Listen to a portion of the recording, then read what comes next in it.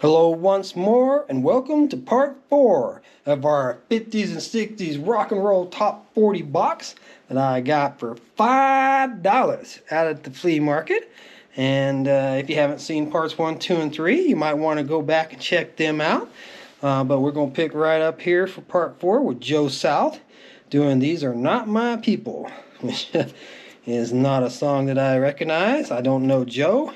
And I don't know that song. I do know a song called Games People Play, but that was Alan Parsons' project and not Joe South. And old Joe credited with written Games People Play.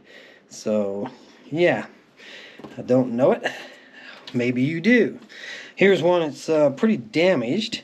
I do believe it says The Little Dippers and 2x4. And, well, maybe this B-side we can tell what the record distributor's name was here. Aha! University Records. And we've still got the Little Dippers doing Forever. And since this has got an X on it, it's marked with an X, I probably got this one backwards in the box, and that is probably the A side, because like I said, more often than not, if you got some kind of marking or some kind of notations, that's a clue that you've got the A side. So Forever by the Little Dippers with the B side of 2x4. And yeah, there's a lot of damage wear there on that, but that's not so much wear, that's actually damage, like somebody actually peeled something off the label there. So don't know how that got in such bad shape, but it did. And this one's a little on the rough side too. I think it says Rory Hamilton. It is Rory Hamilton. Okay, Rory Hamilton doing Star of Love. And B-side here being Rory Hamilton doing Hurt. I remember Johnny Cash doing a song called Hurt, but I seriously doubt it's this song.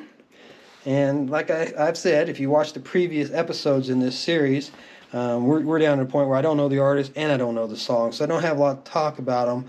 When you're getting back into the 50s, I'm not that old, okay? I'm not young. 70s I'm really familiar with. 60s I have a great appreciation for and know a lot of. But yeah, you get into the 50s, that's more my wife's time. Not that she's that much older either, but she loves the 50s. She likes the 50s rock and roll and the 60s bebop. I love 60s psych, 70s rock, and 80s metal, and pretty much anything that sounds like that I'm gonna like. So not a lot of familiarity with a lot of these, but here's one that's kind of out of place because I do know the artist, Bobby Darren. I do know Bobby Darren. I think he did Splish Splash if I remember right, but he had some hits that we also have on vinyl at other areas of our collection. But Down So Long being on this side of the record, and Treat My Baby Good is quite probably the A side, because that's the side that somebody marked. Somebody marked at 21, somebody marked at 23.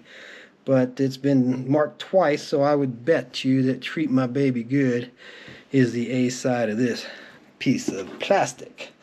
Vinyl, whatever it is. Wax. There's a lot of names for it. For them. Alright, now we got Gene Pitney doing Innamorato, baby.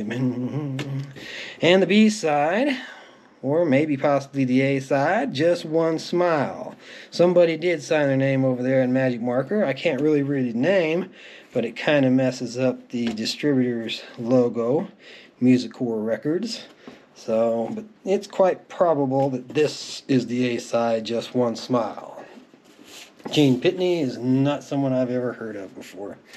Here's one that I have, though, so we're kind of doing like every other one, the Kingston Trio.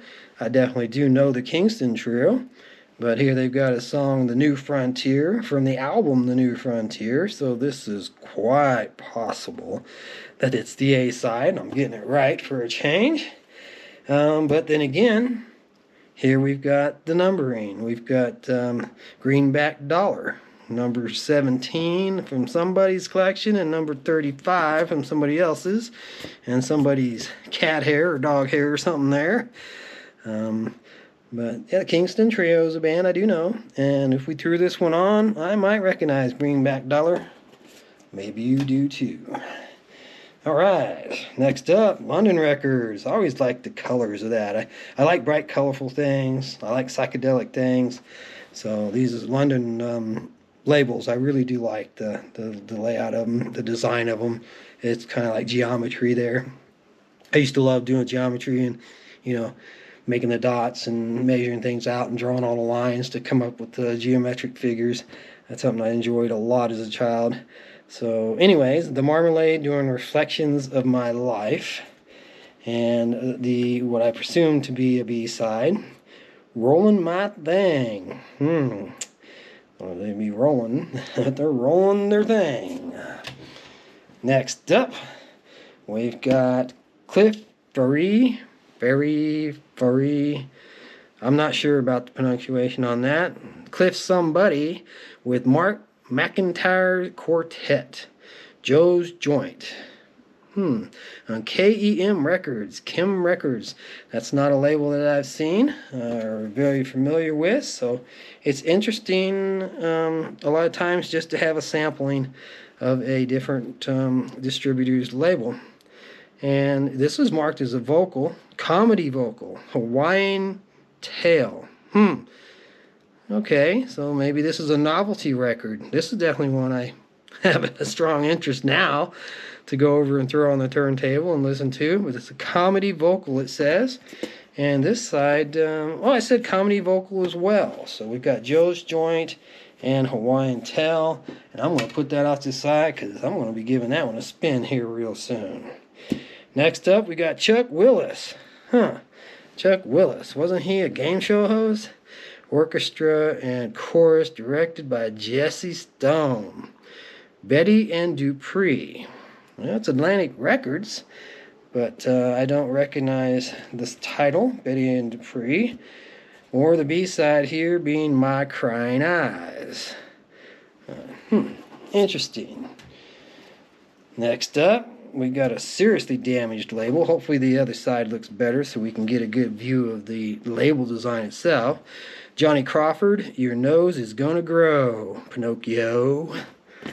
The B-side, still damaged, just as damaged. Looks like it had some kind of a neat little design there. Delphi, Mr. Blue, another song by Johnny Crawford. But unfortunately, both sides of that label is damaged, so we don't really get to see the whole label. Try and pick it up here so I can finish this in this episode. I think I got looks like 6 more to look at. And Ricky Nelson, Believe What You See or Saw. Kind of hard to make out because of the label wear. But I do know Ricky Nelson, from Ozzie and Harriet and the Nelson family. Imperial Records is quite familiar to me too, because Fats Domino did a lot of stuff on Imperial Records, most of his. And I love Fats Domino. Got lots and lots of his in the collection. But here's another Ricky Nelson doing My Bucket's Got a Hole in It. Makes it a little hard to lug water. And that's a heavy duty one too. I mentioned that earlier on one. Can't really show you how thick it is, but definitely got some weight to that platter. All right, here we got Jerry Murad's Harmonicats, Peg O' My Heart. It's a celebrity series, and it's an instrumental, so that's interesting.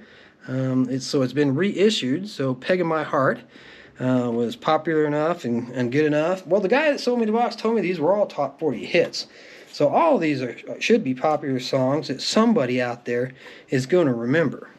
The B-side, still Jerry Murad's Harmonicats. It was Charmaine. Maybe this is a novelty record too. It's another instrumental. Maybe it's Cats, kind of like the Barking Dogs doing Jingle Bells, I'm going to have to set that one off to the side and put that at the top of my listening list too, because it's got my curiosity up. So next we've got Chad Stewart and Jeremy Clyde with A Summer Song.